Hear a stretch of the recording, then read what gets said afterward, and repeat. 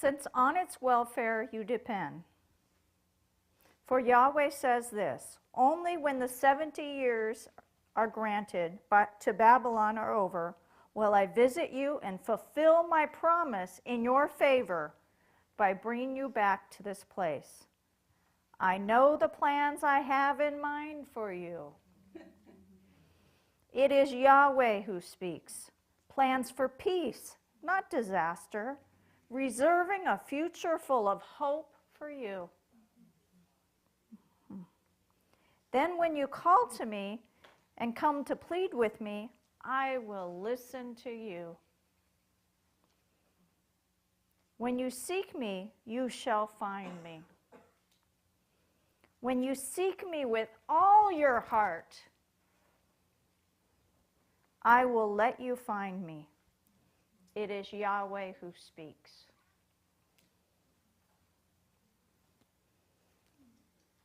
When you seek me with all your heart, I will find you. It is Yahweh who speaks. I think sometimes we think seeking with all our heart means that we get our own way. So you seek God with all your heart to get a healing, or to go home, or to have some reward. You're not seeking him with all your heart to know him. And that's where we lose it. And our prayers are not answered because we're telling God what to do, and we begin to lose it, and we lose power.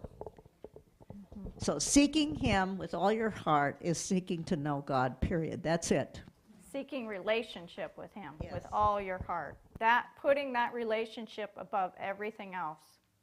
Jeremiah put his relationship with God above every relationship he had.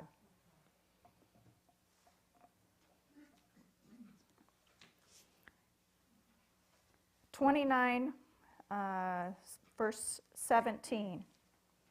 I am now going to send them, ready? Sword, famine, and plague. I will make them like rotten figs, so bad as to be unedible.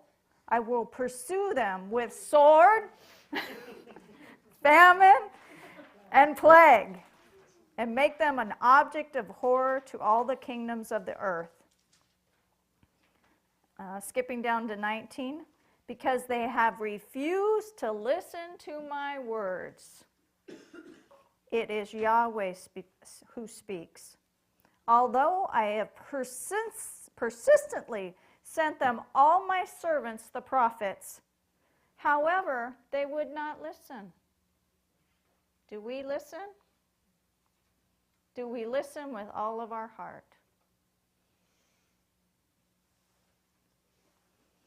It is Yahweh who speaks. But all of you exiles who I have sent from Jerusalem to Babylon, listen to the words of Yahweh. Okay, go to 30, verse 8 and 9.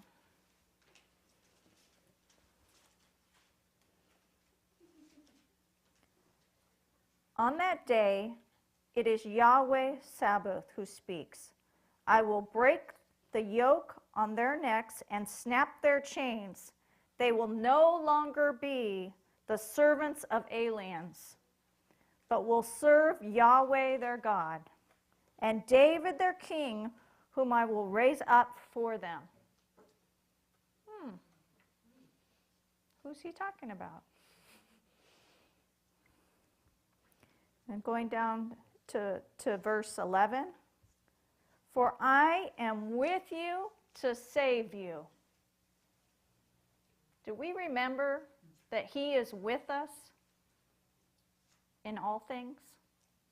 That we are never, ever, ever alone? He is with us to save us. He's in relationship with us. I will not make an end of you, only discipline you in moderation. underline that with 2 red marks. So as to not let you go entirely unpunished. So Zedekiah had his eyes burned out or poked out. So, moderation. But again, he refused to see. Over and over again, he was given the opportunity to see, and he chose blindness, so the king of Babylon gave him blindness. The consequence was a natural consequence of the poor use of his eyes. I will not make an end of you, only discipline you in moderation, so as to not let you go entirely unpunished. We know if children have no discipline, they usually end up that they don't feel loved. They feel unprotected.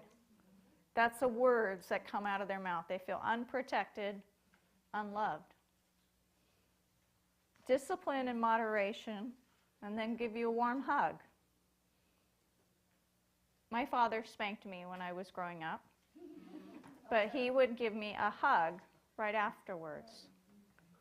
And that's the kind of proper discipline that we need, and that's what God gives us. A proper spanking. And you live through it, right? Correct spankings you'll live through. Verse 17a, chapter 30. But I will restore you to health and heal your wounds. It is Yahweh who speaks.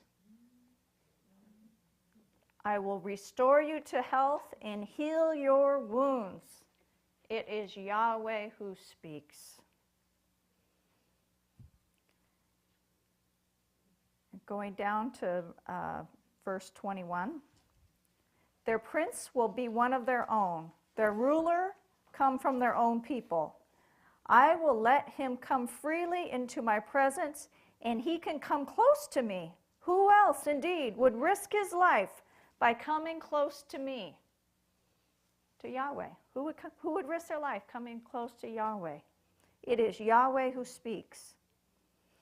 And you shall be my people, and I will be your God. Now a storm of Yahweh breaks. What I'm thinking is back to the book of Judges, where every person did what was right in their own eyes. Mm-hmm.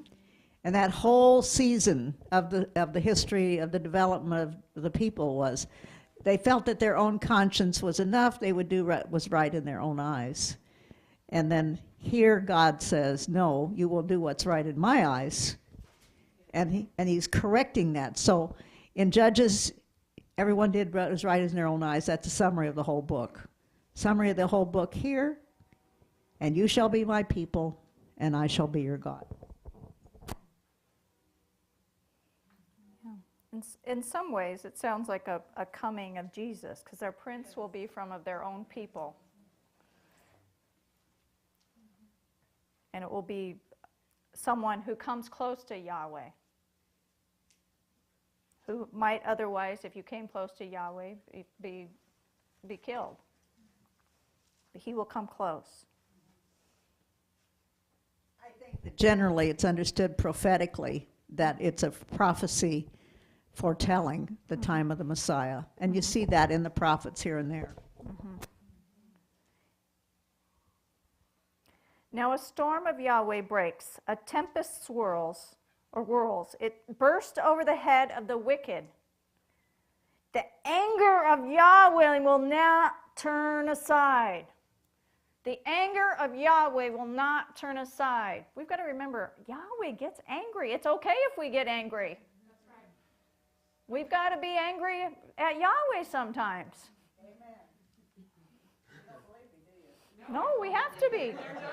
And don't just say words. Speak it out. Speak it out with emotions. Share your emotions with the living Father.